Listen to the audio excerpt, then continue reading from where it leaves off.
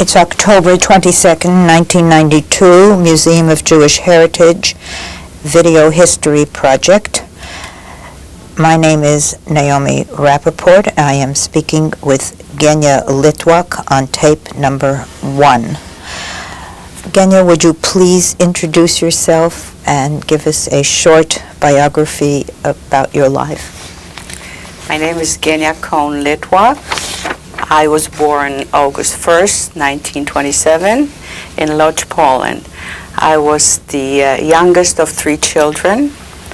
My mother and father, I had a very big family. My mother had 2 sisters and 3 brothers. My father had at least 7 siblings, at least 7. It was a happy family. We were middle class. I went to school. We had a maid at home at all times. My parents, what I remember, if I think back, I remember singing and I remember my parents dancing. My brother was 8 years older than me, so he was kind of a protector. And he taught me. I have nothing but very beautiful memories of my house. I remember holidays in my grandparents' house. My grandmother had a large, it was called a salon in Europe, which is a large, narrow room. And for the holidays, there were at least 40 people that would come from all over for Passover, for Seder, for Rosh Hashanah. Yom Kippur is something that every year when I go to the synagogue, I remember my grandmother would have an apple with ginger in it, just because everybody was fasting, and if you smelled that, it made you feel good. So all these little things that I remember. My childhood was very, very nice. I have absolutely no memory of. We lived in Lodz was a large town, and the place where my parents lived, where we lived, was a very nice neighborhood. I didn't come across any. It was not actually a Jewish neighborhood per se. It was mixed. A lot of Polish people and a lot of German people that were well off and could afford to live there. Now, that was something that I will tell you later what happened when the Germans came in and how fast friends of my mother and neighbors turned around and became Germans instead of Polish citizens. Life was good. We every summer we went away during the vacation.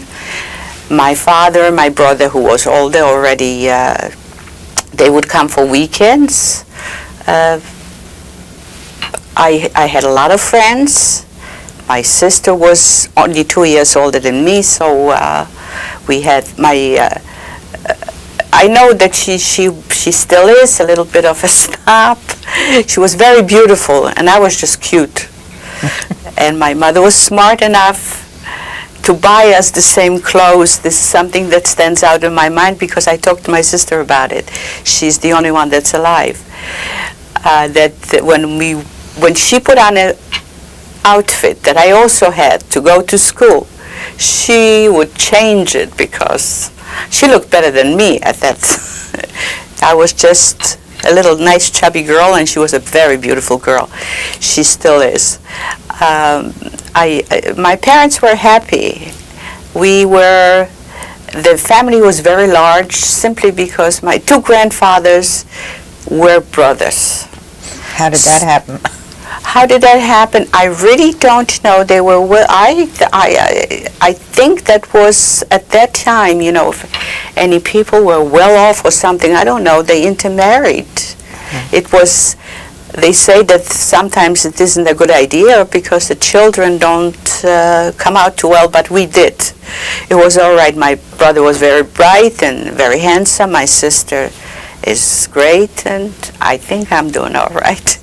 So it worked out well, but it was, so consequently, all my aunts and uncles would have been my family anyway. So it was a very large family. And a very happy family. There's a lot of singing, and that stands out in my mind. I remember in 1938, my parents and my aunts and uncles sitting in front of a very big radio, which we had. These are the old-fashioned, very big radios, and they were listening to Hitler giving a speech when he took over, when he went into Czechoslovakia. And there was an awful lot of shouting because that's the way he spoke. And the kids, we were in 1938, I was 11. My sister was 13. We were like running around, not thinking about the war or anything. And there was a lot of shouting, and it was the first time that my father, who was basically tremendous optimist, came over to us and said, please let us listen to it. This is very important. We have to see what will be going on. There is a tremendous crisis coming on, but I wish you would do your talking and your singing and your playing in another room, which we did. This stands out in my mind. I do remember vividly the voice of Hitler when he spoke. I'm sure that everyone else has since heard his voice and knows how that sounds, especially, to people that understand. We didn't understand. We were just having fun. Did you understand German? Do I speak German? No, at that point, did you understand what he was saying? Well, there was a lot of Hitler and, just the motions with the hands and Sieg, Sieg, Heil, that I could understand. I understood a little bit, yes, because we all, in Europe, you kind of languages are, you listen. It's like going to another state, you go to another country. So you have to know languages. I also took German, and my sister took English. That's very interesting. She took English, one of the few, but she was 2 years older than me. She went to gymnasium, which is high school. I never made it because I was 12 when the war started. So that was my formal education. You have, in the questionnaire, indicated your father was a textile manufacturer. That's correct. Could you explain a little more about what he did? Well, it seems that it was in the family. My two grandfathers were also textile manufacturers. I used to go to my father's business, which was on a main street in Lodz. It was on Piotrkowska, which is the main street, and there were a lot of machinery, and they were making materials out of, textile, out of yarns, but that had been in the family. I don't know how far, but I know that my two grandfathers did that too. My uncles did it, not in the same place. It's my father that had this place, and my uncles had other places, so it seems to be like in the family that was going from... My father happened to be the oldest son of one of the grandfathers, so I know he took over that business. But there were my uncles from my mother's side that were also manufacturers of textile. It was the only thing I do remember the number of a telephone that my father had in the business. I do not remember, we'd had no telephone at home. That was not the thing in 38, 39, but I do remember it's, I can say it in Polish. Fine, please do. 112-64. For some odd reason, I have a blank. I can translate it, but I remember that number. It is only 5 digits. And that's little things like that. I used to go and visit my father after school with my mother, and I was, by having a brother 8 years old and being the youngest, I was a little spoiled. Whatever I wanted, I got. So my sister was the middle one, so we talk about it now, that sometimes, she says, sometimes even though she was really very beautiful and everybody looked at her, and I was the one that said always, I was the youngest grandchild on my grandfather's lap, we were very traditional. My grandfather was Orthodox with a beard, but very progressive. He shook hands with women. It's not that he was Orthodox. We had a kosher home, very traditional. All the holidays were always celebrated in a big scale.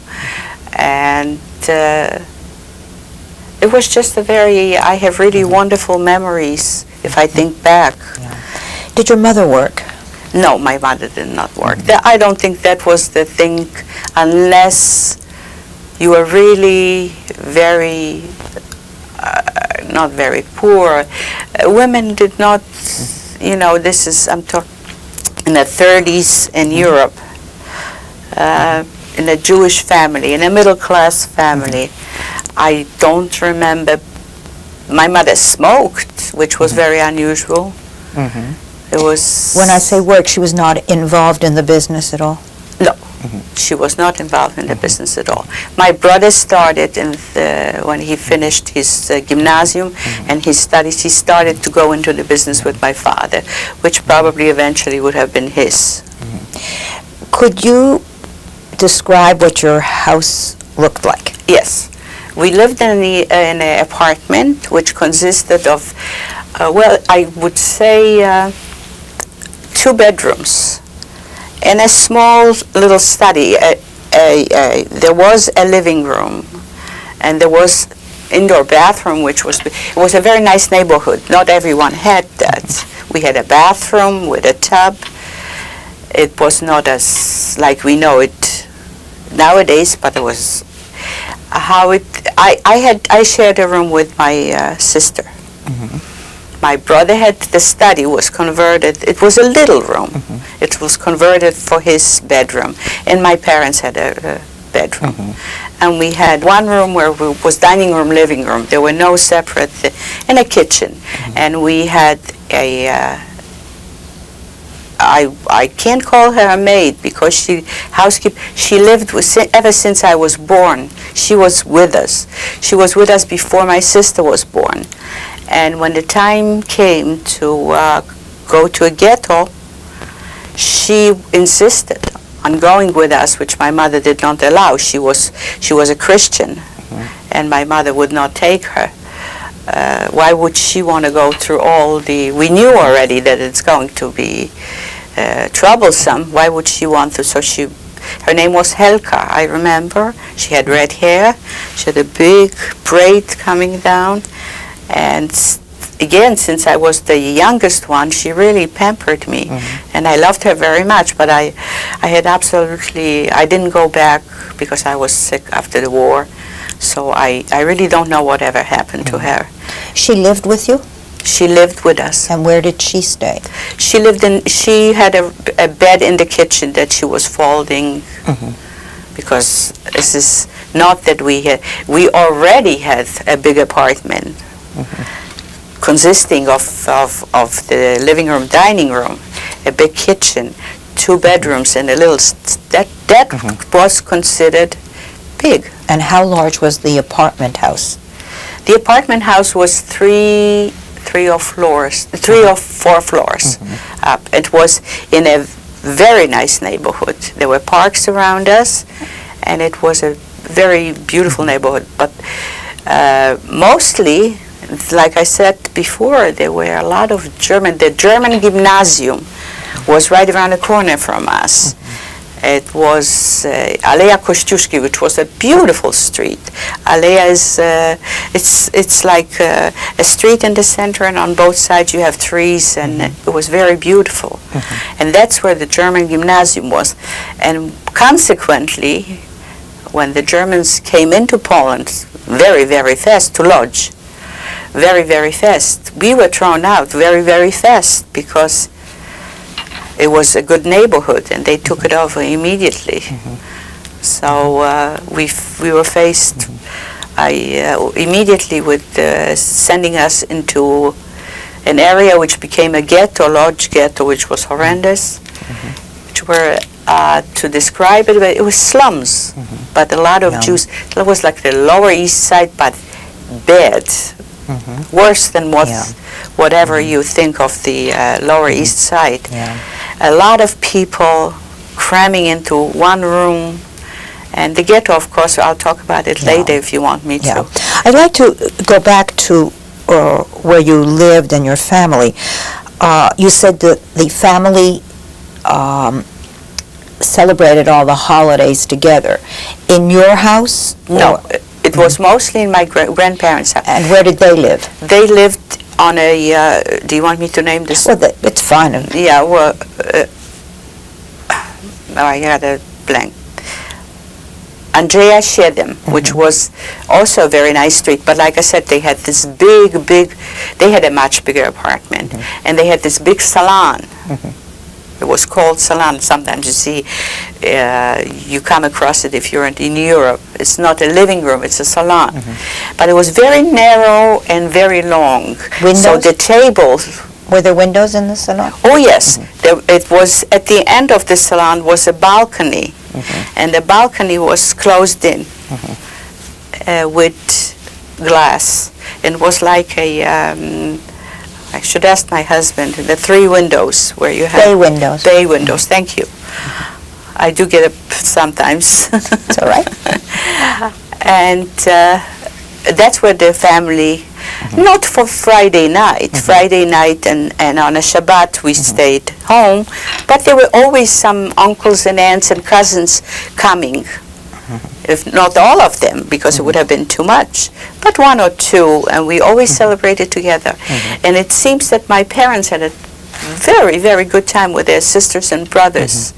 Purim was a very funny holiday. They did all kinds of tricks to each other. Like what? Yes, they would dress up, you know, like a masquerade, and I do remember one thing, that my mother once dressed as a nurse, and she was walking around and giving injections to the rest of the family, and there was screams and laughter, and it was fun. We also, as children, were dressed, but we were watching them because they had such a great time with each other. What language was used at home? Basically, my parents spoke to us Polish. There was some Yiddish. My grandparents spoke Yiddish and Polish, and basically to the 3 of us, my parents spoke Polish. But of course, we all knew Yiddish. We did. Did you go to, what kind of school did you go to? I only went to a neighborhood public school. My sister, however, went already to a private high school, gymnasium. And my brother did to a Hebrew high school.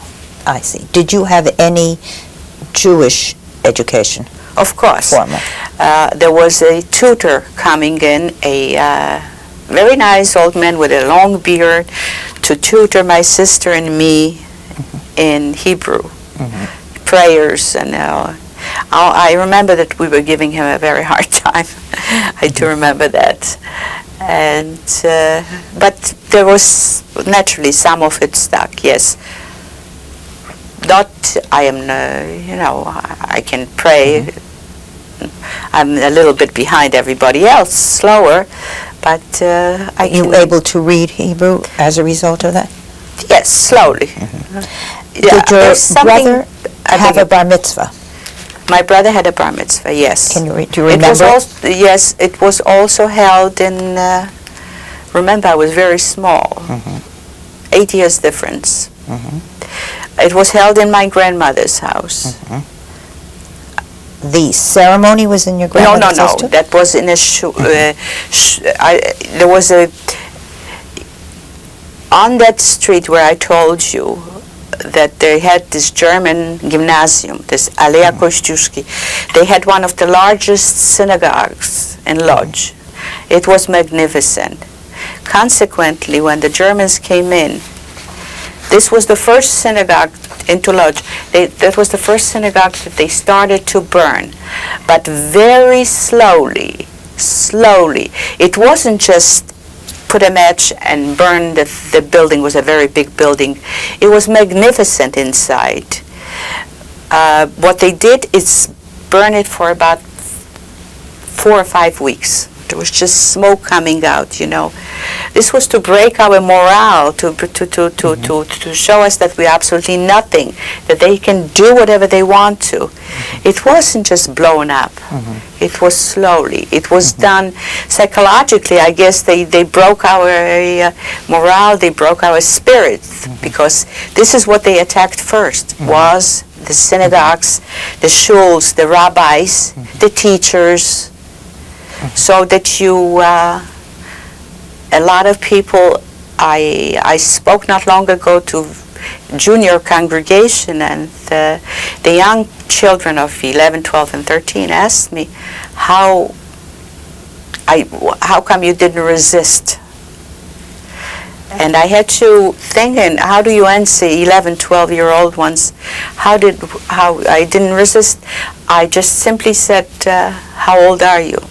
This was a little, very bright boy. He said, I'm 11 going on 12. I said, that's good. I always wanted people to ask me that question. I was 12. And then I asked him, do you have any guns at home? He says, no, absolutely none. Do your parents have guns? He says, no. He says, well, in that case, think about me being 12, facing Germans with guns right behind my back. Well, I had a choice. I could resist and run. Then they would shoot me. Or I could stand and wait and see what will happen. That was the only choice I had. I could have been killed within a minute, or I could go on and be a witness now. That's the way I answered this child. And that's the way it was. You know, people ask why. There was some resistance, and you know about it in some towns, but somehow in our ghetto, I don't know if you want me to talk about it already. No, we'll get to it. I'd like to really let's talk go about back the to your family. brother bar mitzvah. Yes, my brother's And bar come mitzvah. back to It the was ghetto. nothing like we know bar mitzvahs now. It was much more the traditional, the religious aspect of it. I remember throwing candies at him in the synagogue. You know, when he would, that I remember. And then we came home, and then there was a dinner served for the family and friends. And all the cousins. I had a lot of cousins. But there was nothing. There was no dancing, and no. It was more traditional. It was in the synagogue. It was bar mitzvah. Yes, he was. Were there any ceremonies for you or your sister? Religious ceremonies? No. There were no bas mitzvahs Yeah. at that time. No, we did not celebrate bas mitzvahs, and I was only 12. And when the war started, and she was 14, but there was no bas mitzvah. No, not at all. So basically your formal Jewish education was with a tutor? Yes, I see. yes.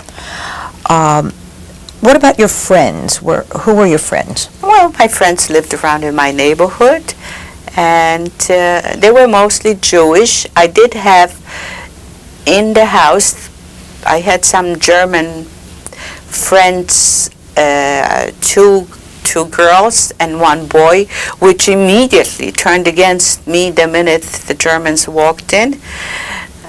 Even though we grew up for 12 years, we played in the backyard, and we shared the same toys and the same, as a 12-year-old, we shared books.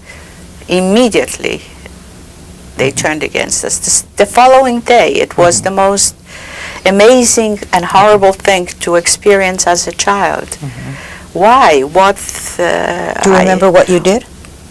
No, but I remember later thinking, I wasn't asked if I want to be Jewish before I was born. Yeah. You know, I wasn't. It wasn't my choice. I was born Jewish. Why do I have to pay such a price for just being born a Jew. Do you remember you reacting to this young man? No, I did not. I did not. I wasn't allowed by my parents. Not by my parents, because only by my mother, because the minute the Germans walked in, all the men, which included my father, my uncles, my brother, who was 20 already. And my brother was, in 1939, my brother was 20. And as a young man, handsome, and young people, I don't know why, he talked against the Germans. And and we lived between Germans. So the minute Germans walked in, which was 2 days after they declared the war on Poland, 2 days after, they were right there. The first thing that our neighbors came in to my mother and said, if your son comes, because all men ran away, I don't know for what reason.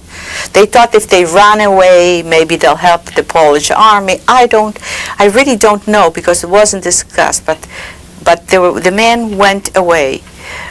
So they came in and they said, if your son comes back, he will be hanged, because he talked against Germans. So we had a very rough time, and it cost a lot of money to watch out. We had like a 24-hour, we stood in front of the house watching who's coming back, because slowly the men were coming back because they couldn't accomplish anything.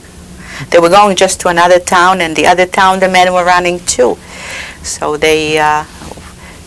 my brother was immediately smuggled to Warsaw, where my mother had a brother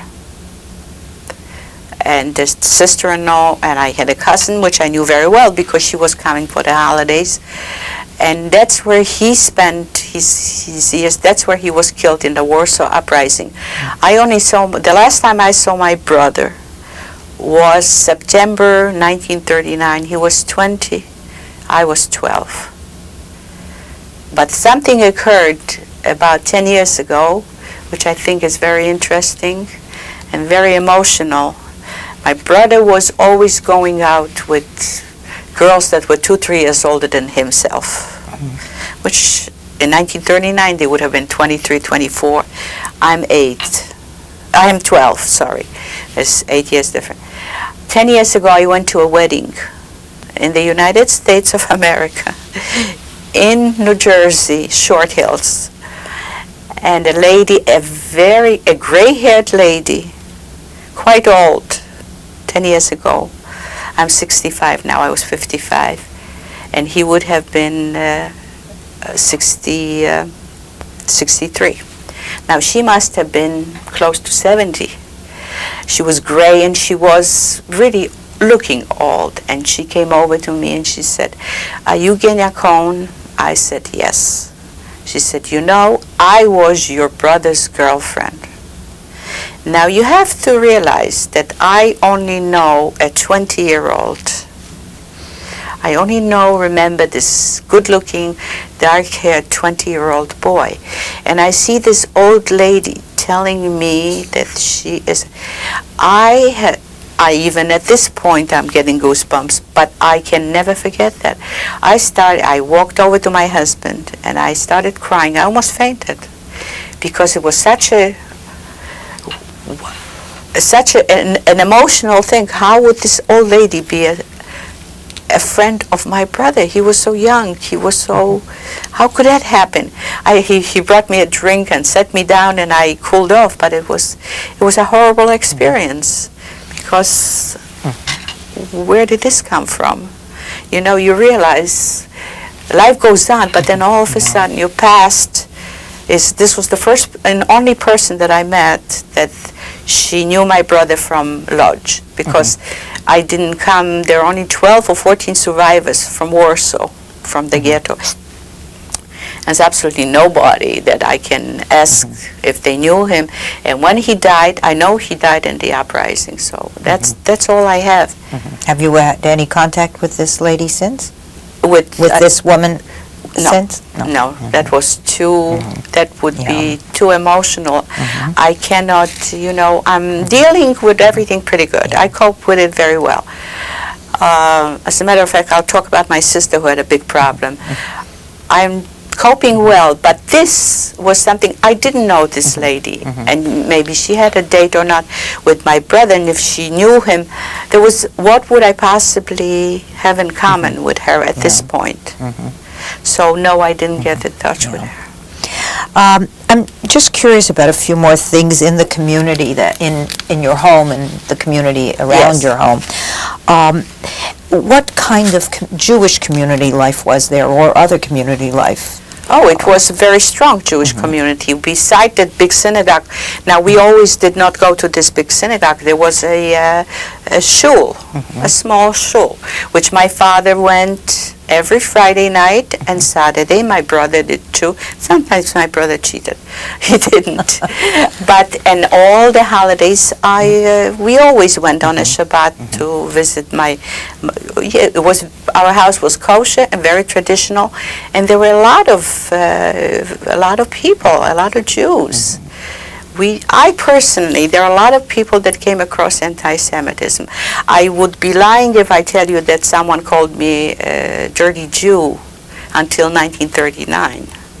I didn't personally come across any. May I have a tissue? Surely. Do we have tissues, Michael? Oh, if I just have my bag, I'll find a tissue. I think. I'm sorry about that, but I should have thought about getting a tissue. We usually have a box of Yes, tissue. thank you. Okay. I was talking about the lady, and I got very... I understand.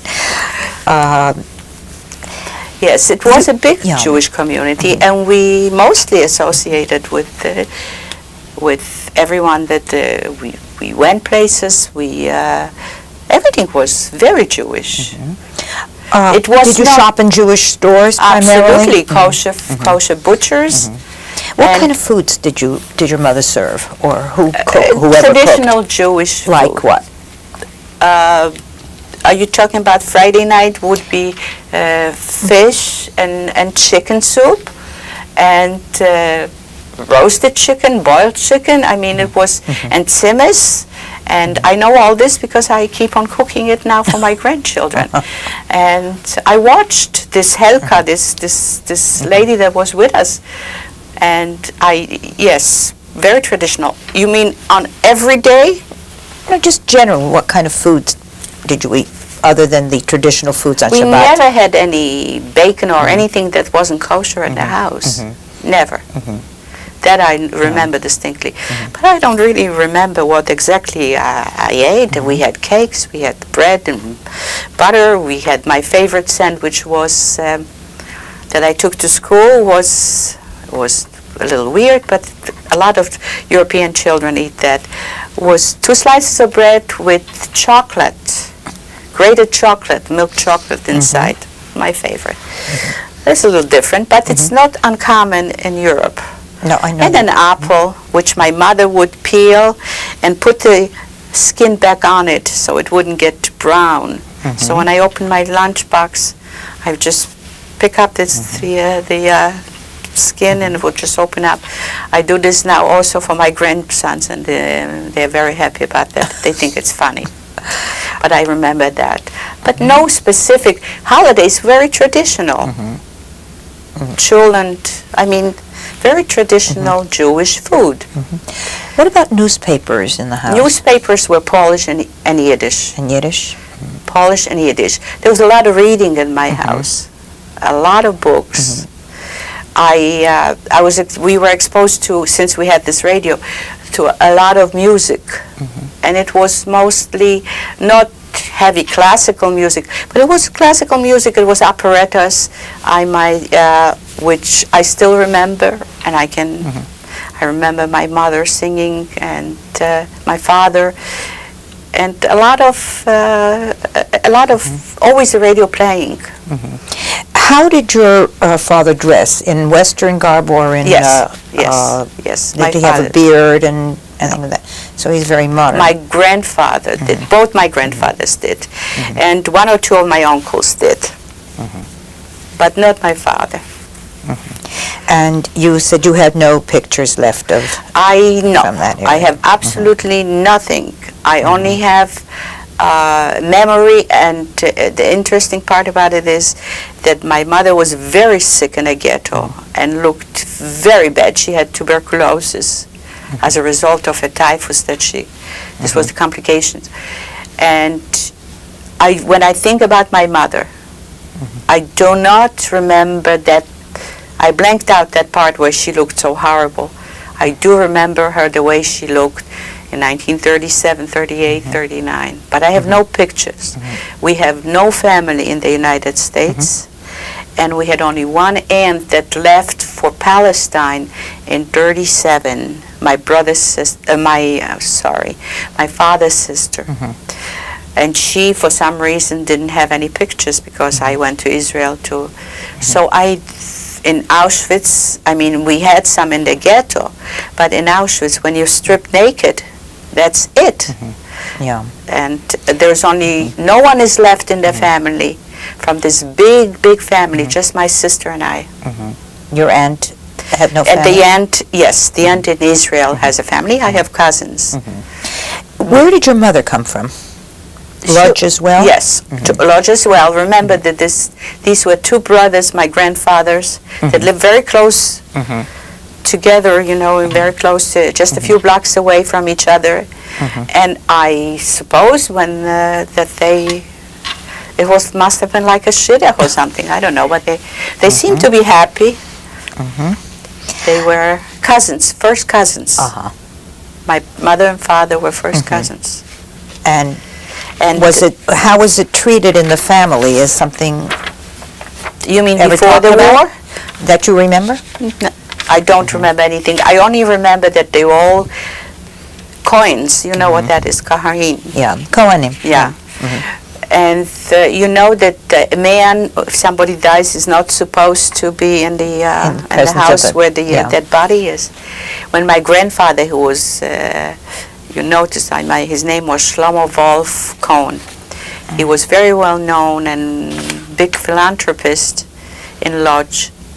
And when he died, I noticed that there were no men in the house when he died.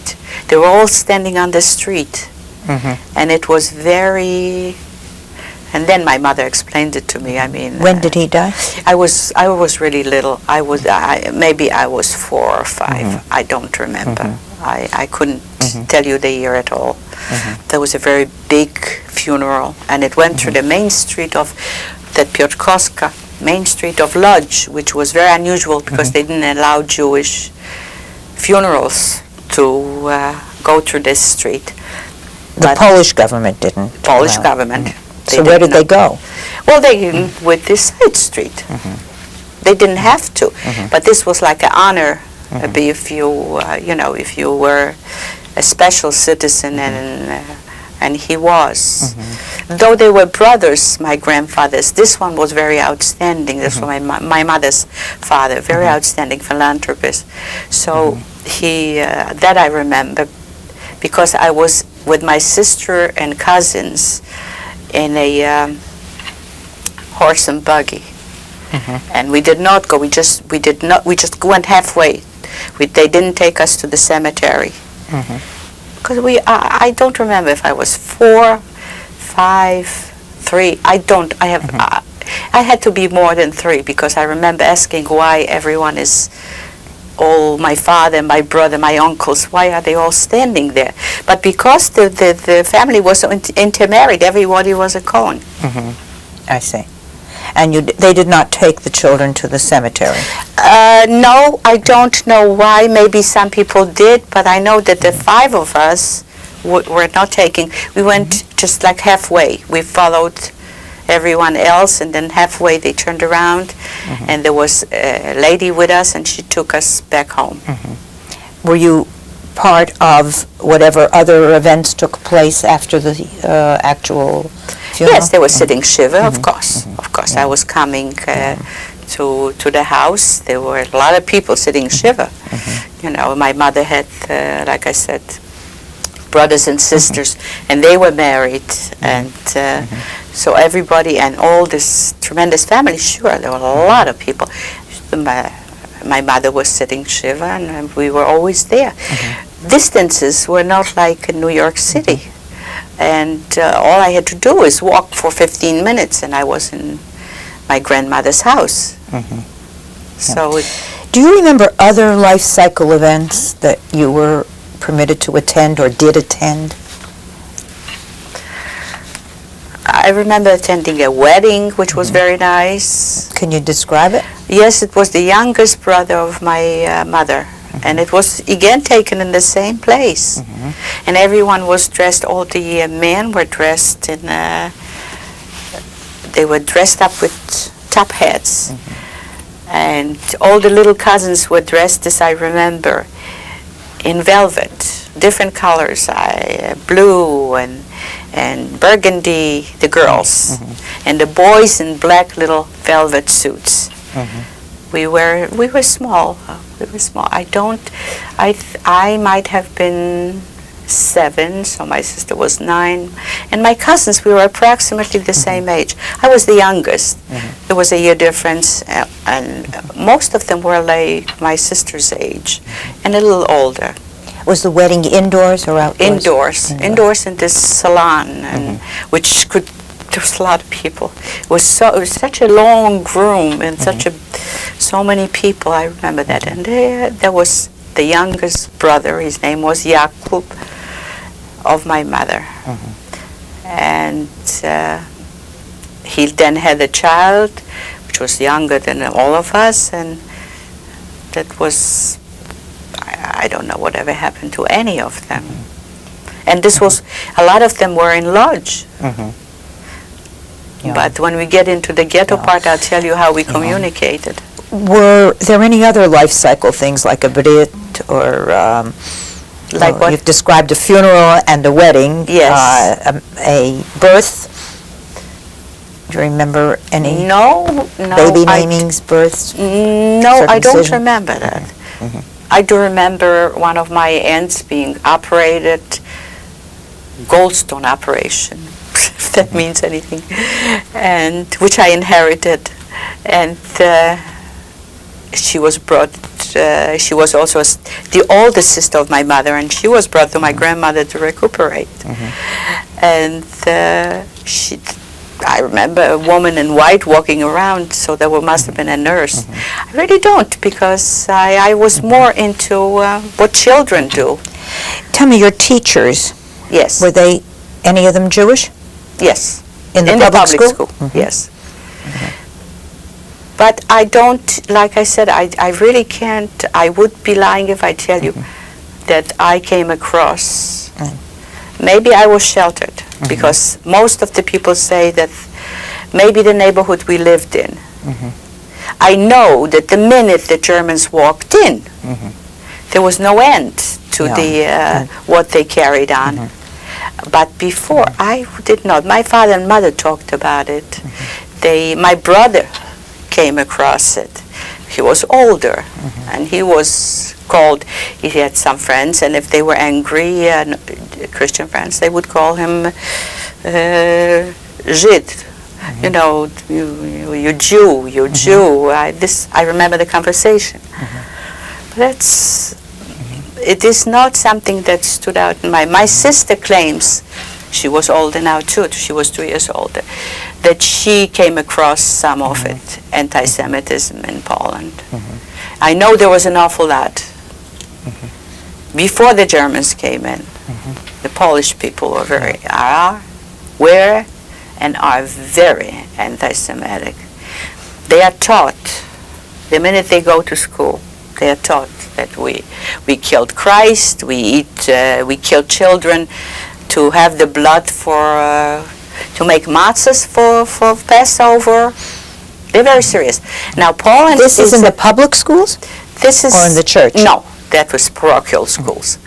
But they're taught at home, the same thing. They are very anti-Semitic because they are very strict Catholics. And even, I think, the very intelligent ones believe whatever the priest says. I hope to God that it changed, but from all what I hear, that people that go back, it did not. They're still anti-Semites. Okay, tell me, where were you when the war broke out, when you heard about the war? Since this was September 1st, the war broke out between Poland and Germany. Excuse me. And this was still vacation time from school, because we started school almost like here, September 7th or 8th, I don't remember exactly. My sister, my mother, and me, we were in a pensionat, which means like a hotel. It was not, they had some mountains, but not like the Catskills. We were away for the summer. You remember where? Yes, if you can spell it, Włodzimierzów. No, I don't have to spell it. You can say it. Włodzimierzów. Yeah. This was. And how far was it? How far? Well, it wasn't far. It was maybe 2 hours. But remember that we had to take a little train, and then we had to horse, and there were no cars. So it took longer. Probably with a car it would take, I don't know, 30 minutes. But this way it was like a 2.5, 3 hour trip. I think approximately. You know, I would have to check with my husband, who was older and knows the geography better. But that's where we stayed, not every year, but for the last 1937, 38, and 39. That's where we went for the summer. My brother and my father used to come in for the weekend. They came Friday and left Sunday. This was a Jewish pension? Absolutely Jewish, absolutely kosher, absolutely Jewish. This whole little place was like the Catskills, was all mostly Jewish. Absolutely. Yes. I don't think, yes, Sunday morning they would go back, not stay Sunday, because there were no big weekends like that. I think that my father had to be back Sunday afternoon or something. This is where I was with my mother and my father when with my mother and my sister, when we found out that the war was declared. At that point, everybody panicked. And everybody wanted to go home. And the closest town to this Włodzimierzów was Piotrków, a little town. And we tried to get, everyone, not only we tried to get to this little town, and from which we walked. And we walked for hours, that I remember, because there were so many people walking. Maybe not hours, but at least 2 hours. We walked, and we tried to get a train or anything to get back to Lodz 2, which my mother was successful in getting. There was something that I forgot to mention, that since 1938, now I'm sure you're familiar with the name Gdańsk, where Lech Walesa came from, where the strike was. Yes.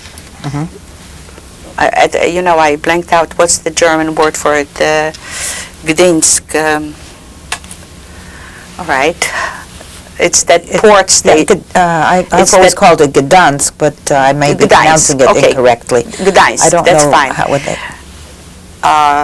We had living with us a little Jewish girl, exactly my sister's age, from Germany.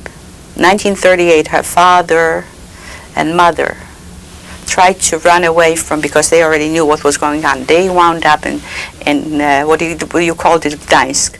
They wound up there, and then some of the Jewish children were brought to Lodz, and some people that could afford it took these children in. So my mother picked a girl that was my sister's age, and she now shared with us this room. She did not she left before we went on this vacation. She left with her father. He came and looked for her. She was with us 38 till 39, about 7 months. And then her father came, and they emigrated to the United States. And I have completely forgotten the last name. My sister didn't remember the last name. Consequently, when we came to the States, I couldn't look them up. I just knew a first name. Now, how do you look for somebody that you know a first name? There was absolutely nobody that I could connect with these two. And she lived with us, and my parents sent her to school for 7 months. I'm sorry, but No, I want, that's fine, but I wanted you to know Yeah. that Yeah. because they already had the bad time in 38. So now back to how we got to this town, and for some, I don't know how, I really don't know how, we were able to come into Lodz. My father was, needless to say, was very panicky, and my brother, so we came in, and as soon as we came in, they were saying the Germans are coming, so all the men went. Where did they go? Where did they go? They didn't know either. They were just going to see maybe they can help fight the army, the Polish army. I have no idea. The reason why did they go? Because the Germans were coming. September 3rd, the Germans were in our town. 2 days. Do you remember that day? Yes, I remember that day because I was very foolish. I was 12, and when they said the war is on, that the Germans are here, I said to myself, good, I won't have to go to school now. I was only 12, and I was very foolish, and I never regretted anything more in my life than that thought, because that was the end of my formal education. Where were you when you saw your first German soldier? I was home because they immediately, first of all, as soon as we heard that they're in town, my mother's neighbors' friends, quote unquote, walked in and said to my mother first about my brother, that they're going to hang him. And then they proceeded to empty the house of crystals, silver, anything that was valuable. And your mother had no recourse? No, my mother had no recourse. There was already a soldier, a German soldier there. I see. What could she possibly do? She was with two a 14-year-old and a 12-year-old in a state of shock. What do you do? Was any of your own stuff taken? No, I Boys, mean, they books? mostly concentrated on things. They pulled drugs. That my parents had. That was the first step, and that was the first shock. I can't describe it, but I looked at my mother, and she was absolutely in a state of shock, because these were her friends. Not very close. She had mostly Jewish friends, but they were neighbors, next door neighbors. And they used to come in and have coffee, always tea, rather, with my mother. And they were always, how could this happen, that people change within a half a day? It was so fast. That was incredible. And then it started with my brother. So we took turns because my father didn't come back yet. My sister, my mother, and me, we stood in front of the house watching for the man and asking, did you see, if there was someone that we knew, did you see our brother and father? If anybody knows where our brother is, tell him not to come home, because they're going to hang him. And did he come home? No, we were able to, no, he never walked into the house, but we were able to get in touch with somebody, and my mother had jewelry which she gave to some, already, overnight there were smugglers, people that were smuggling, that somebody needed, you had to have a little connection, and you had to have something to give, money. So I remember that my mother, I don't know what she gave, I have no idea. But she did give somebody some jewelry, and they made sure, and we knew positively, because we heard from him once only, that he is in Warsaw with our uncle, aunt, and a cousin. But that was it. That was the last thing. I know that my father tried to get out, which was, we didn't know what to expect. You know, this happened so fast. When you go away for the summer, my mother had fur coat. So when we sent, my father sent for the summer to storage. So he asked our super, who wasn't Jewish, to go, and it was this I remember distinctly, a piece of paper like you holding, with a description and the receipt for the fur coat. He gave it to our super, would he please go and take it out of storage. And he went. My father paid him. He went. When he came back, there was a big Jew with red pencil on that paper. Mm-hmm. With the coat or without the coat? No coat. No coat, of course, no coat. That's about it. That's, yeah. And that started. Then it started. All right, we're going to break for a few minutes while the tape gets changed. Okay. It is October 22nd, 1992, Museum of Jewish Heritage Video History Project. My name is Naomi Rappaport. This is tape number 2, and I am speaking with Genia Litwok.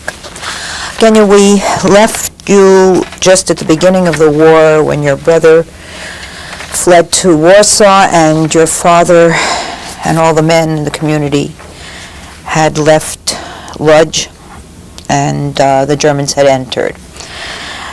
Can we pick it up from there? Sure. Eventually, it took a few days, and all the men came back because there was nowhere to go. Germans took over most of Poland very, very fast. And there were rumors immediately that they will take a part of Lodz and create a ghetto for the Jews. Because immediately when they came into the town, like in my father's business, someone came in and said, as of now, this business belongs to me, and you have to show me how to run it. Do you know who that person was? No, I have absolutely no idea. Did your father know who it was? No, it was just one of the, maybe he worked with, it was so fast. Mm-hmm. I don't know. My father didn't know it either. But my father had to show him how to run this business. He obviously knew something about textiles because this is what they did. When they took over a business, they sent someone that had an idea, but he probably was like, he just had an idea about the business. When you say they sent someone, you mean the Germans or the Poles? Immediately took over. The Poles had absolutely no power. The minute they walked into Lodz, there was no power. Nobody, no Polish government existed. It was German. And now like the rumor started that they will, we just didn't know where. It didn't take very long. Since we did live in a very nice neighborhood, we were one of the first ones to be sent to the part that will become the ghetto, which was very crowded and they gave us one room. How large? I beg your pardon? How large was the room? Not very large. One room, 2 beds for 4 people, no bathroom, no kitchen, a little, I think a burner for 2 pots or something. I don't remember exactly. But this was what happened. Within no time, we were one of the first ones to be evacuated. Did you have a choice of which rooms you could take? No. They just assigned you? They just took you, and they said, this is where you're going to be. There was no choice. There was no words. All you saw was guns. What'd you take with you? That was something that I remember too. I even talked to my sister about it not long ago, that before we left, the German that came in, the soldiers that came in to take over our apartment, said to my father, you have 15 minutes to take what you want to get out. 15 minutes of a lifetime. So my father looked, he grabbed my mother and the 2 of us. My brother was gone already. He was already in Warsaw, and I remember distinctly, he grabbed an alarm clock. for what reason, and he just stood there. He was frozen. He did not know. What do you possibly take? What is it that you take? He took an alarm clock, and my mother even said to him, that's all you're going to take? I think that eventually we all got some clothes, but no furniture and no... What could you take? I mean... What about dishes, pots, pans, anything of that sort? Who? Me? My sister? We're going to carry... No, your parents. This was not something that they let you put in boxes and, you know, whatever you can carry. No suitcase? I don't think so. They did eventually. After a week, they let my father go back. This man that took over his business pulled some strings and let my father go back to the apartment and bring some things like pots and, you know, some things that were, I remember he put it on he had to, like a wheelbarrow that my father had to go through town and push full of things that for the house, but nothing. Clothes, we just took a bunch of clothes my sister took, I took, my mother gave it to us, my mother and my father, and this alarm clock. But then, like I said, he went back and he took some things, but no furniture and nothing of value, because already the valuable things were taken by the neighbors.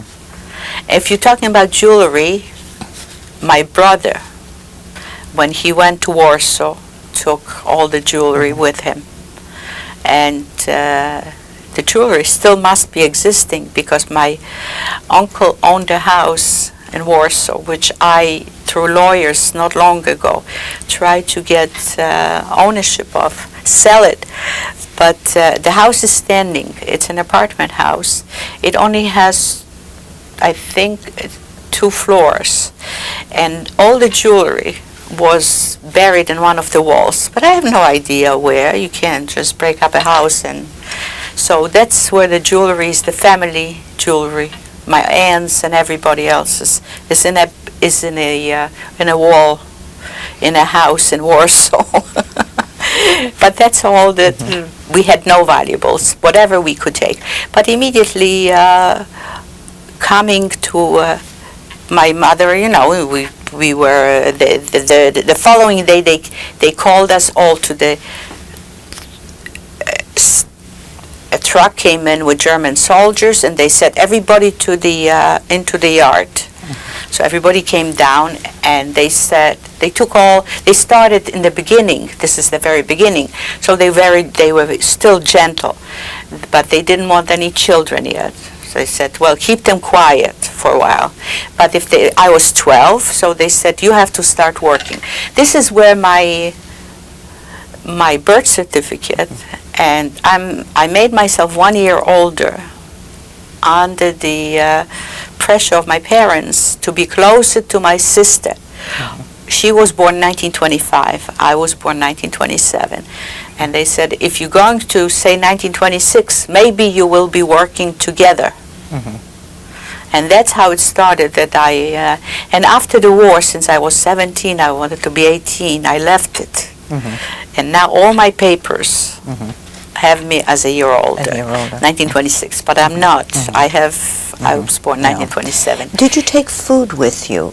Any food with you from your house? No. They started giving us rations right away they brought more people, not only from Lodz into the ghetto. They brought from Germany, eventually, this is not the very beginning, when they closed the ghetto, which they closed I'm sorry, I do not know the date, but it took only a few months, where they put the barbed wire, the electric barbed wire, and they closed it up.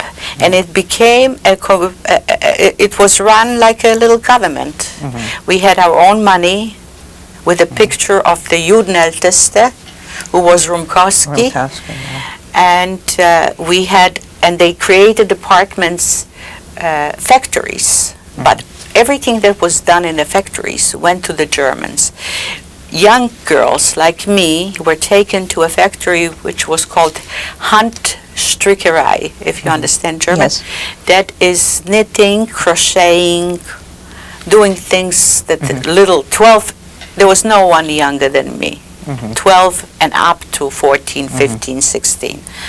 And what we did in the beginning, we were making tablecloth on a round needle, knitting. Yeah. Did you ever come? Did you Yes, ever see I've those? seen it, yeah. Yes, and they look like lace. They taught us, and we were doing this for German women.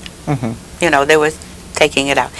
When the Germans started a war with the Russians, they switched us to crocheting hats and mittens for the Russian front, for the Germans. So that was a different phase of the, but that was a little later. But it was 1942, I think. Who worked Who worked in this? in your family? Who was sent? Everybody had to work. There was no one that could be in a ghetto, because eventually they took all the children and all the old people. That happened very fast. They would make, again, they would come to the yard, and first of all you had to be at 5 o'clock was curfew. 6 o'clock curfew. You could not go out. They would come into the yard and say, everybody down. And then they would take, every day they would take little children and 4-year-old ones and 5-year-old ones, old people, sick people, that they were doing constantly. This was a process that was constant. In 1943, 44, there were no more children, no more old people, no more sick people. We all worked. My father worked in a lumber or something factory, carrying lumber. My sister was, who is very talented. Whatever she does well until today. She was making rugs out of little pieces of scraps. Rugs for the floor. My mother worked in a factory where they were making dresses, uniforms for women, for nurses. And in 1942, my sister got sick. There was a tremendous amount of typhoid all around. And my sister got sick. My mother took care of her between going to work and taking care of and she got sick. My sister got well, but my mother had complications, and the complication developed into tuberculosis. Now we were faced, and they weren't allowed to know that. There were some Jewish doctors that we kept it quiet, between us. Otherwise, they immediately took you away. And they would help a little bit, as much as they could. The communication between people was, after the curfew, one block, what we did is we built like a tunnel from one house to the end of the block. We only communicated with the people within the block. But during the day we had some Jewish doctors, Jewish nurses, and luckily my sister, who was a teenager, I'm talking about 42, she's already 1925, 42, so she, what is she? 3 years after, she is 17. She has a boyfriend. And her boyfriend was, before the war, a medical student in Paris. But he was in a ghetto. He came from Paris and to be with his parents before they closed the ghetto. He became like a nurse, male nurse. And he helped us a little bit with getting us medication for my mother. Now, she could not go to work. But if you had it was called protectia. Did you ever come across that word? It's, in a good American slang, it's pull. If you had some pull, It's protective. you could get work into the house. You didn't have to go to the factory. There weren't too many people that got it, but luckily we got this for our mother. She could not do it, so when I came back from my work, which was 12 hours, and my sister came back we did the work for our mother, and we were able to keep her alive for 2 years. When they had this, when they would come and ask everyone to come down to the yard, and she was pale, and she didn't look, we used to pinch her cheeks and make her, and comb her hair and whatever we had to make her look pretty. She was a beautiful woman.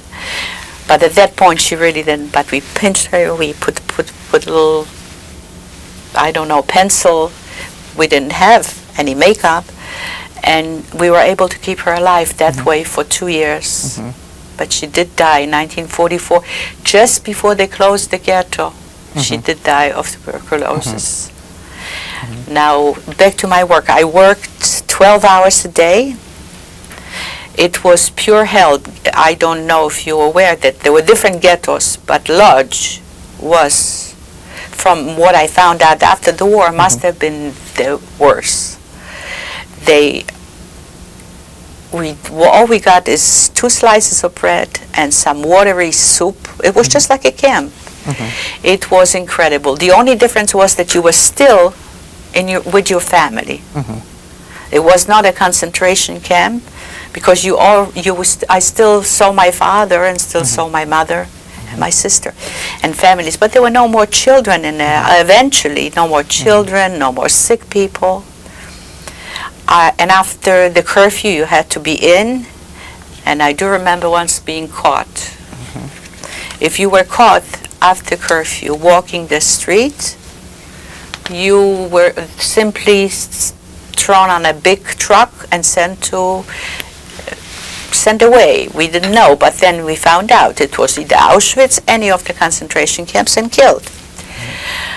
I don't know, I don't recall how it happened that I happened to be on the street and they caught me. And I was on a truck already, and this boyfriend of my sister's, he had a Red Cross, he could go around. Somehow she was able to get in touch with him because we were in this, his parents lived in the same block. And he came in and he got me off that truck. And now he said to me, "You're on your own, get home." Now, they're empty streets, and there are soldiers on the street. And that was an experience that I shall never forget. I tried to walk right next to the wall, and I don't know how. If you believe in, it happened to me twice during the war. If you believe in the word beshed, which means it's supposed to be, I guess I was supposed to live, because I did make it home. And this was the first time that I saw my father cry like a baby. How did you make it home? I beg your pardon? How did you make it home? I don't know. I made it home. It wasn't that far, I guess, and I walked so close to the buildings. I don't know, it was dark, they didn't see me. I guess I was supposed to live.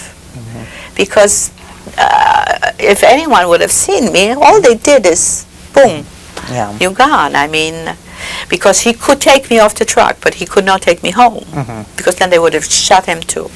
What is he doing with me? I'm not sick, So that was,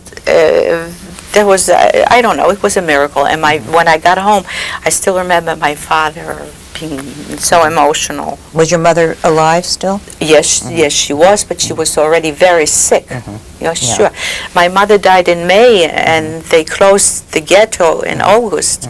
So the last day of August, and we were sent to Auschwitz the 28th of August, so 2 days before they closed up the ghetto. Rumkowski came a day after me to Auschwitz. Of course, they killed him there. You must have read about that. What happened after your mother died? Well, were you permitted funeral rites or anything of that sort? Very hush-hush. There is this, the man came that washed the body. There is a name for them. Chevra Kadisha. That's exactly right. They came in and we expected it because she was deteriorating. And we knew that she's going to die. Nobody came. There was no way. That was just our father, my sister, and me. And they took her away, and then they told us to go to a cemetery where there were thousands of graves. I have no idea where my mother's in one of those graves, but I have absolutely no idea. no idea, because they were killing so many people, and they weren't even bothering with graves. They would just throw, I don't know how many people into one hole. Did you work 7-day week?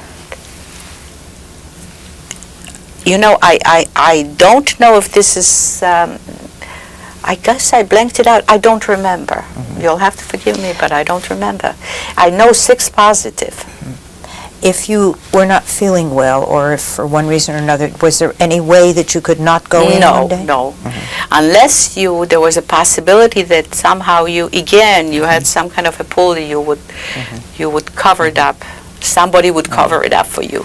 Did you have relationships or friends amongst your Yes, your age or about your age? Yes, like I told, I had my sister had this boyfriend who used to come in and help us out with getting a little bit of medication for my mother. And one more thing, my sister herself is very talented. She's very talented. Whatever she does right. And she made a rug with a face in it. And I remember that she was telling us that the German came in and he asked who made this rug. And whoever was in charge said, well, this girl. So he said to her, I want you to teach the others how to do it. Now I have to tell you, I'm going to emphasize this, is my father and my sister and me, we always try to stay in a corner, not to have any position. A lot of people, for an extra piece of bread, did become foremen. There were this is ghetto, so there's no Studenälteste. There's only one Judenälteste, and there is a Judenrat, which is governs the ghetto. My father never participated in any of this. And my sister tried not to, when they said to her, you're going to instruct, she tried to avoid it because she thought now she'll have to deal with the Germans. She was extremely beautiful, really very beautiful woman, beautiful teenager. So she tried to stay away from them, but she could not. She wasn't, because she was an instructor for a very short time and showed him how to make another face or something. They gave her an extra piece of bread, which helped my mother. We gave it to our mother. I had my relationship, I had no relationship. I remember I had to run home and do the work that my mother didn't do to keep her alive, to deliver it. Every 2 days we had to deliver her work. So it was my sister and me. No, I had absolutely not. I remember my mother saying something which is very funny, interesting, but I do remember it. My brother, if you recall, was 8 years older than me. She had a son when she was 18. Then her second child was a daughter. And she was very progressive for that time. She didn't want any more children. Well, 2 years later, I came along. And when I was doing her work in the ghetto, and when we were sitting, she was telling us, she said, now what would I do now if I would have had an abortion? If I would have not have you to do the work, and and we were very, very close. Were there indications of abortion or any kind of sexual relationship between people in the ghetto at all? Did people get married in the ghetto? Yes. How did they do that? How did they do it? I don't know. I have never seen one. I know that people got married. They probably had a rabbi who said, you're married. There was no food. There was no dance. There was, like with Hinded Black that I told you. We used to get together. This is how I really learned about books. There were some teachers in different buildings, and they took it upon themselves in the evening to read to us what they remembered, or if they had any books, literature. And because we were, 6 grades isn't very much education. And they talked about literature, and they tried to teach us a little math. They did this all on their own, because there was no official school. I'm talking about ghetto, large ghetto. Yes. I don't know what happened in other ghettos. We had no school, but within that block there were people that were singing, there were people that were dancing, there were people that were teaching, there were people, so they tried to keep to keep us going. Right. My father was the optimist of this group, and people used to listen to him, and he would always say, yes, this is not going to take long, we'll be all right. And after a while they stopped coming because he was just making up stories. Did you have contact with the outside world at all? Did you have a radio, newspapers, any access to anything? No. Did you know what was going on in the world? No, because remember, we had the barbed wire. No, we had a newspaper, but it was a ghetto newspaper, which told you who died and who has a position and who works here and who works. I mean, local. Whatever happened in the ghetto. There were all kinds of Jews at that time in the ghetto, from Hungary, from Germany, from Czechoslovakia. They used to bring in, there were hundreds of thousands of Jews. But as people came in from the outside, They took out. Were they able to share with you some of what was going on? Well, they said it was bad, but they also did not, they stopped coming, I think, in 42. Or maybe 41. I don't really remember. I was so involved with just going to work, and just coming back and being anxious to take care of the things for my mother so we can keep her alive, that I don't remember that much. Anyone have a Maybe radio? I blanked it out. Did anybody have a radio? Not that I Illegally, know of. obviously. No, not that I know of. Not that I know of, no. I don't think so. If anything was coming in, I don't know. I really don't know. I wasn't that well informed about things coming into the ghetto. There were some people that would come in, Germans. They would come in and out. And maybe there was a good one. You were in the ghetto for 5 years? From the first minute to 2 days before they liquidated it. How did that happen? Well, how was it liquidated? Do you remember that at all? Well, no, they were just starting to take people out and send them to concentration camps. It started it always was going on. They constantly had to reduce. Were you aware of it? That where these people were going? No. They said they were going to labor camps, where they're going to work. No, I did not know about Auschwitz. But you, your sister, and your father remained together? Yes. Right till the closing till you were moved out of there? In Auschwitz they separated us. I see. Do you remember how that day? Well, I can remember August 28 when it was our turn. Again, the reason, because of this boyfriend, the reason we stayed so long was because they used to come in every day and take a whole house, apartment house, you going. And we stayed longer is because he had some protectors, so he kept us. His parents at that point moved in together with us into that one room. So we were 5. I see. And he was coming and going. And yes, finally, this was like a day before Rumkowski was going to go.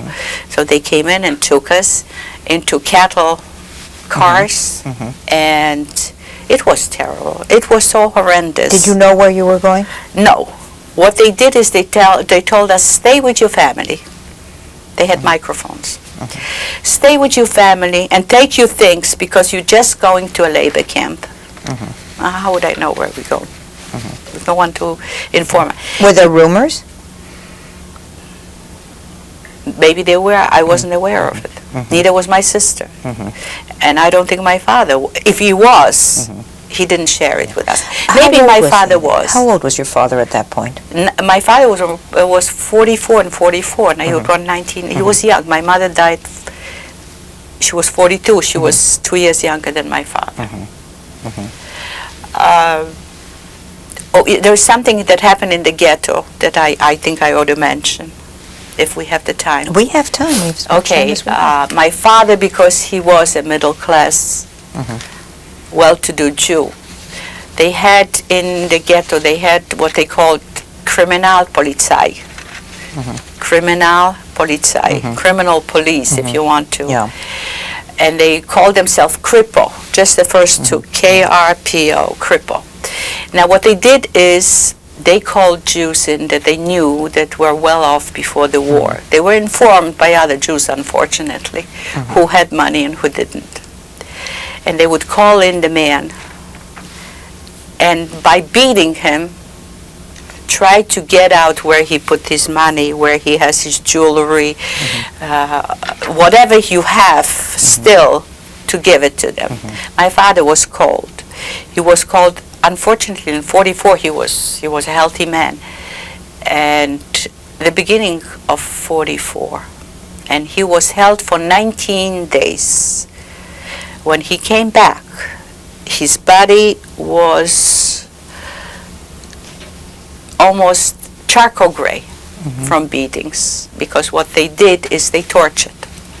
Every day they tortured you, and they said, he did not, there was no money to give it to them. Even if we had, you could not, because people were talking about this Kripo, Kriminalpolizei. If you give them something, then they insist you have more. So there was a never-ending cycle. What they were telling him every night is, after the beating, but when he came in, he said that I forgot the word, what you beat with, like a horse. A whip. The whip. You don't beat a horse, but you have a whip. The whip was brought, but as the days go on, it was thinner and thinner. When his body was so painful, it was like almost like a thread. That's how they were. That was their way of torturing him. And also at night they would also tell him, if you're not going to tell us, we're going to bring your wife. We have your wife. Your daughter is in the other room, and one daughter is in the other room. So you better tell us. My father didn't talk because he was a broken man. He was absolutely, from that tremendous optimist, he became a broken man. The man that came back from that 19 days was not the same man. This wasn't the same father that we had. And they didn't come for us. They were just threatening him. And he told us later that if they're going to kill him, they're going to kill him. We didn't have, everything was in either Warsaw or they took everything away. So this was the episode that I thought, and when my father went to Auschwitz and they took one look at his body, I don't know what happened because they separated men from women, but all they had to do is look at his body, which was, this was beginning of 44, and we went in August 28th. His body was still black. Yeah. It was still, even though we tried, all we had was cold compresses. We couldn't put anything on. Yeah. So I'm sure that the first thing they did was take him to a crematorium. He was a healthy man, 44 years old. And you and your sister got to Auschwitz together. Okay, now we went to Auschwitz together. We were in these terrible, and we had some belongings, because the first scene that I saw in Auschwitz was the orchestra playing that you must have heard about. We had an orchestra sitting up above us. There were women playing, and I remember the song. It was Beer Barrel Polka. Every time I hear that song, it really turns my stomach, but I remember that song.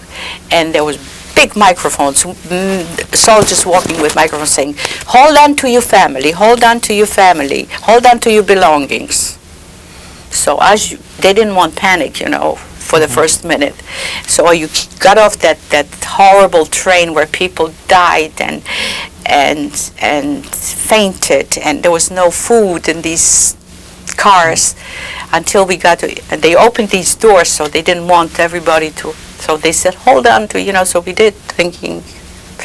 But then we looked around and we saw the barbed wire, we saw the striped uniforms, and we saw men jumping like frogs, and one soldier going in front of them, jump, jump, jump. And these were Jewish, because there were all nationalities there.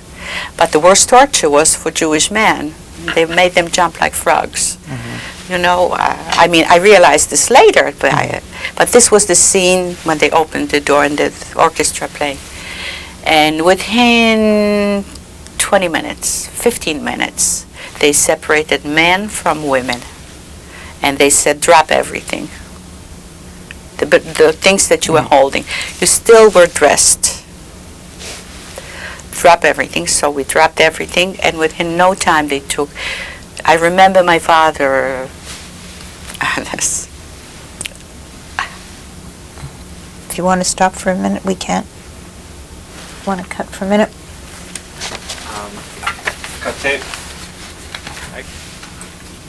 Okay. Okay, I remember when they took him away, he was calling our names. And I could hear it, Yeah. even now. So that was, now we are just women on the left. Now they proceeded to separate girls from women, which means teenagers from 30-year-old ones. Now, I told you that my sister's boyfriend's mother lived with us now, and the father went with my father. Now, she was holding on to me, and she was between me and my sister. And at one point, you know, when they were separating mothers from daughters, there was a commotion and screams. So rather than face that, the Germans would take their mother and daughter to the other side.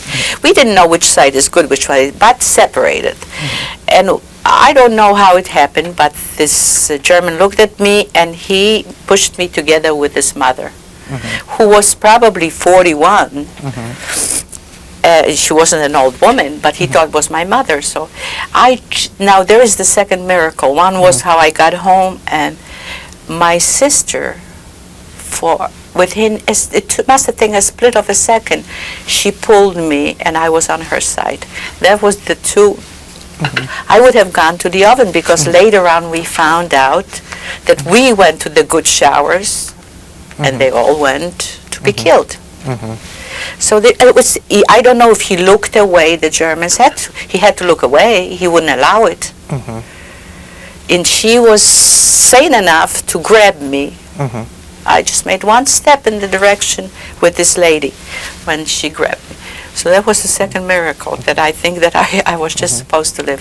Now we are separated. Now we are all young people. This is ages between 16 to, I would say, the oldest one would be 24, 25. Now they tell us, they take us on a march. And as we are marching, we see that the grass is covered with diamonds and rings and watches, and we realize that people are going this way, and instead of handing it to the Germans, whatever they had, they are throwing it down. So we are walking on an inch full of jewelry, and we're just walking on the, whatever they had valuable. I guess they just didn't want to hand it to them, so they just threw it off, because they said that we will be stripped. Now we're coming to the place where they're going to give us a shower, and they told us to undress everything naked, and one woman came in, I don't know what nationality, and she shaved us. Shaved hair, any place you had hair, it was gone. Okay, and now we did get a shower, but we did not get the shower with a gas. We got a real shower.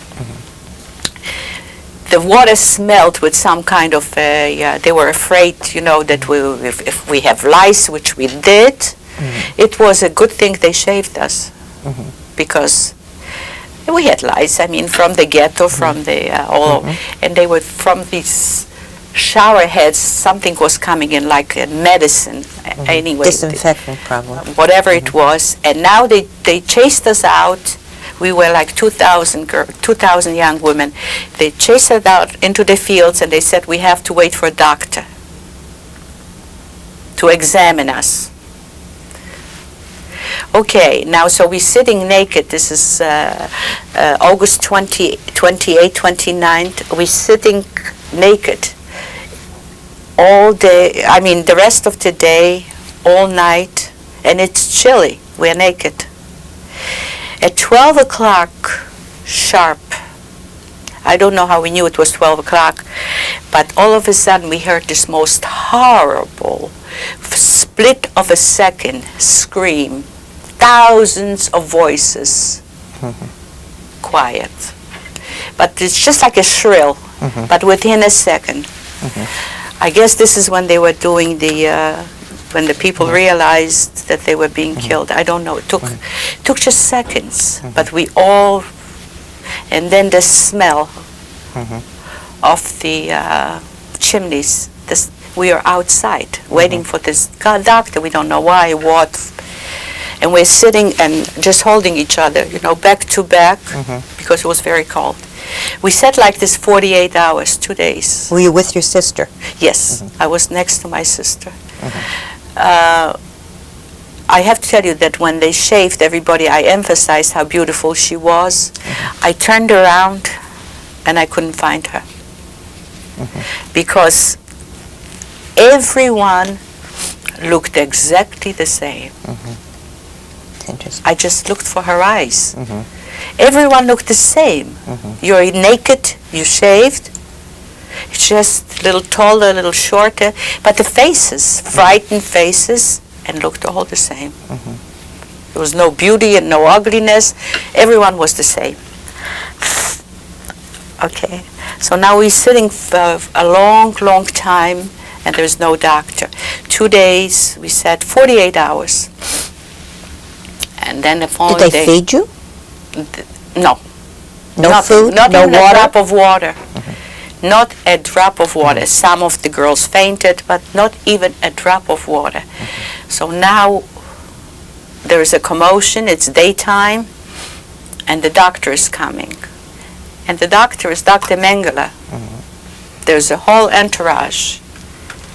I didn't know who he was. No one knew who he was, but he must have been important because the entourage was so big. And all he did is, at random, he would walk over to a girl with his boot, his knee. He would kick your stomach, and with his fingers, he would pinch your nipples. Now, what happened is, we came from a ghetto, there were men, and maybe somebody was pregnant. You immediately miscarried, because the way his boot went into your stomach, and I just so happened that I was one of the lucky ones to be personally pinched and kicked by Mengele. He had random. He didn't do it. He did not do it to everyone, but he did. So there was no one pregnant, but he didn't do it many. I mean, this was the examination.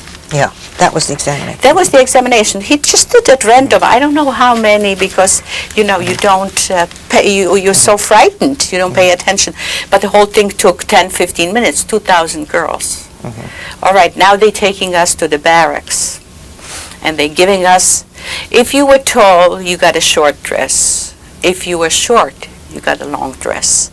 And for our feet, they gave us the wooden shoes.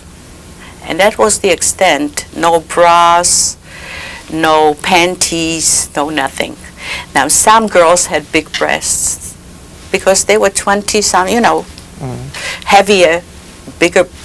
I remember 1 or 2 girls pulling off a piece of her dress and making like a, like a scarf, like a zigzag, to hold up the breast because they were so heavy. That they could not walk, and they made us walk and walk and walk. So one tall girl, and she wore this short dress, and she pulled off a little piece. Somebody helped her. We helped each other, How do you pull it off? We have a little stick. This is how we managed. Now we're in the barracks, and they made us lay down. Everybody lay down in those barracks, so we are like sardines. Actually like sardines. It was incredible. It was, I wasn't long in Auschwitz, as you see from it, but it was the most, I don't think, many times I talk to people and they say, how could it be possible? I don't blame them for not believing it, because many times I say to myself, my God, was I really there? Did really this happen? You know, it seems so incredible. You can't comprehend it. You were there about a week. I beg your pardon? You were there a week? Yes, not quite. 6 days, I think. 6 days. But it was torture. And then they gave us tea. A tea that very much reminded us of medication. After we drank that tea, every one of these girls, after the one that was supposed to, it stopped our periods. It was medication. It was not the tea. It was some kind of thing that stopped our periods, which was a blessing in disguise because we had nothing to take care of ourselves if we got our periods. So it was okay. And also later on we found out that the tea had remember, you're dealing with girls that are between 16, 17 to 24, 26. There is a sex drive. This has killed everything. That tea, and that you had to drink. It was absolutely. Now there were no men. The only men we saw is when they took us out to an appeal.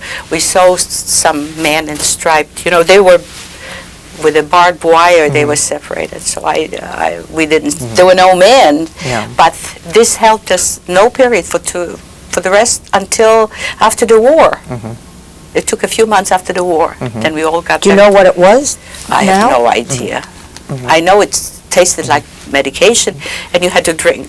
You had to drink it twice a day. And they continue giving it to us when they send us out. That tea, which was fine because you could not have possibly a period. I wore this dress. We wore this dress 9 months. This one dress. They just then in labor camp. They sent us out to Freiburg. You see on my. Yes, I see in September 6th. And then they gave us a pair of panties and a blanket because it was already getting cold. And they were sending us to a factory. We came into Freiburg. There's 2,000 girls. They selected one to be our Judenälteste. She volunteered. She said she speaks. Again, my sister was hiding. She spoke German. And she spoke even English a little bit. But she was hiding. The ones that didn't want to were hiding. This girl volunteered. She was a little older. Volunteered and became our Judenälteste. What does that mean? Her name was Mary. But what did that job mean? She became, she was the closest, the highest ranking woman next to the Germans of the Jewish women when we went. When they send us out. And then they did. How did they do that? How did they arrange They sending said, you out? who is a teacher? Who speaks German? So you had a choice. You knew that they were going to do something, make you something. They did this in Auschwitz, or they No, did they it in did this Freiburg? when we arrived in How Freiburg. did you get from Auschwitz to Freiburg? Which we just got in those cattle wagons, trains. How far is it? Auschwitz is Poland and this is Germany. I think it took maybe I don't know how many hours. I really cannot recollect. Were you with your sister? Yes. I'm All the now time. with my sister. All the time. All the time. All the time. And they bring us to Freiburg and they make an appeal. So everybody stands, 5 in a row, and they say, who speaks German? So if you were willing to do something with, so this girl came out, she said, I spoke to her. So she became our Judenälteste. You know what that is. And then they gave us rooms, 20, 30 to a room, and they again came in and they said, who speaks German here? So somebody volunteered. So she became the Stubenälteste, the room eldest. So she was in charge of that room, and she was the one that gave us food. Now, when we came into Freiburg, they located us on the top floor. Freiburg is a very small town. The biggest town next to it is 30 kilometers, and it's a town that everybody knows. It's Dresden. where they make china, and it was terribly bombed Yeah, during the Dresden. war. Mhm. It was flattened. Yes. It was burning. It was that town was flattened. So this is where Freiburg is a little small town. Now they took us to a very big building. We did not know what that building was. Many stores, many stories up, and we were located on the top floor. Later, when the following day, we realized it was a plane factory. They were making planes. Half of us was working in that plane factory, and half of us went to a factory in town. They were making parts for planes. So now my sister and I were the ones sent to the factory outside. And that blanket, they gave us string. So you put the blanket, because it was cold, it was fall, and a string around your neck, and that's how we walked. Now you have to visualize, the Germans say that they didn't know anything. You have to visualize there was at least 1,000 young women walking on the street, 5 in a row, shaved heads, with a blanket around, with wooden shoes, and they're hanging out of the windows, the whole town, because we are going cross town, walking. Wouldn't you ask, who are those? And we have a big KL, Kassettlager, in the back of that blanket. Wouldn't someone ask, who are those? Prisoners, murderers, who are those? This is one thing that I taught my kids not to hate. I don't want them to hate and be prejudiced. But I cannot stand when they say they didn't know it, because I saw them hanging out of the windows. Were you ever able, did anyone ever talk to you or to any of the other? There was never any contact. We had, every 20 girls, there was this SS woman, devils with a shotgun on both sides. Now, we worked in the factory out there, and they made a shift, so we had no day and no night. You went to work 12 noon, and you came back 12 midnight. So you actually had no day and no night, because as soon as you came to this top floor there, you as much as we could, we washed, and even going to the bathroom was restricted. Now just visualize that. How did they restrict that? Well, they said this group will go at that time, this group will go at that time. And what happened if you had to go in between? You just didn't. Or you just... Depends where you were and how luckily we were young. The only reason we survived was because we were so young. And our bodies were still taking the abuse. That was the only... How did we, I remember one day they didn't send us to work, and they locked us up on the top floor, and all the SS disappeared. So we looked out, there were windows, and we heard they had oh my God, the bombs were falling. The Air raid. Air raid. Yeah, I'm forgetting words, I'm sorry. That's all right. Air raid. We could hear it up there, and everybody was running to the shelters. The reason they had us on the top floor was that we were 2,000 young women, and there was a plane factory, and the planes, the Allies, did know that we are there. So they didn't bomb it. Everything was bombed.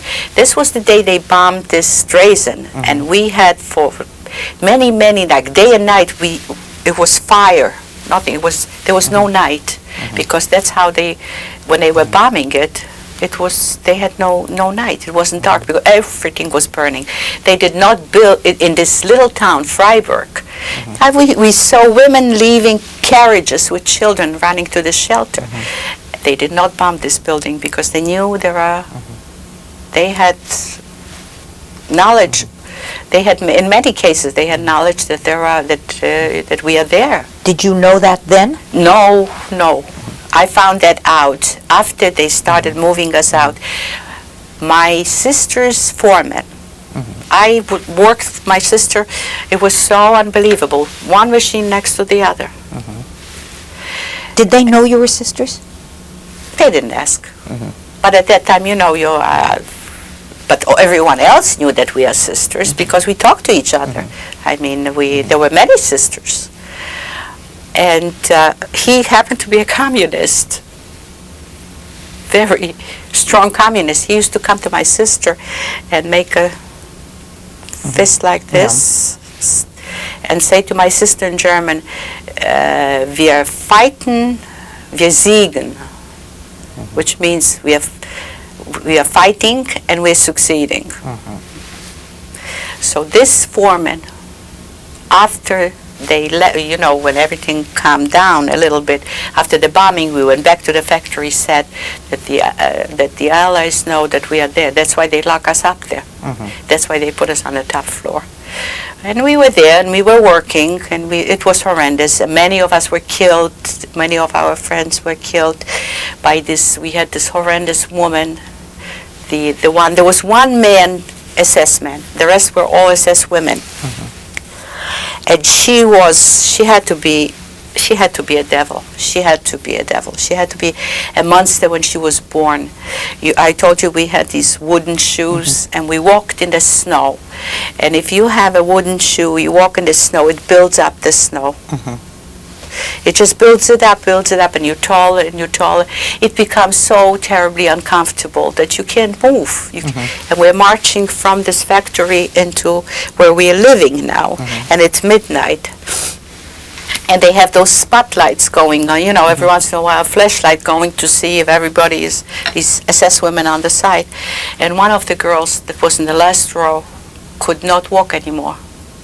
So she was like a few steps behind. They grabbed her. And no sooner did we come home, the reason she had that much snow on that wooden shoe. She couldn't move. They said she tried to run away. So she was Oberscharführerin, which means the top. She called all of us and she said, now I'm going to show you what happens to somebody that wants to run away. And she proceeded to kill her in front of us. Then she took another one that she thought that was once that she killed that 17-year-old girl right in front of us. And then she thought another one, so she was beating her she beat her for such a long time that you could see the eyes of the girl that she was gone, and sure enough, she lost her mind, but I don't know why they let her live. She was liberated with us, but she was crazy. She never recuperated. We're going to have to cut tape in a few minutes. You stayed in Freiburg for how long? Until about March of 45. The war was still on. By now, the Russians are coming, the French are coming, the English are coming, the Americans are coming. And what they're trying to do is push us away so we would not be caught alive. It was known as the Death March, the men were marching, us they put in the trains. And we were taken through Czechoslovakia, stopped once in a while.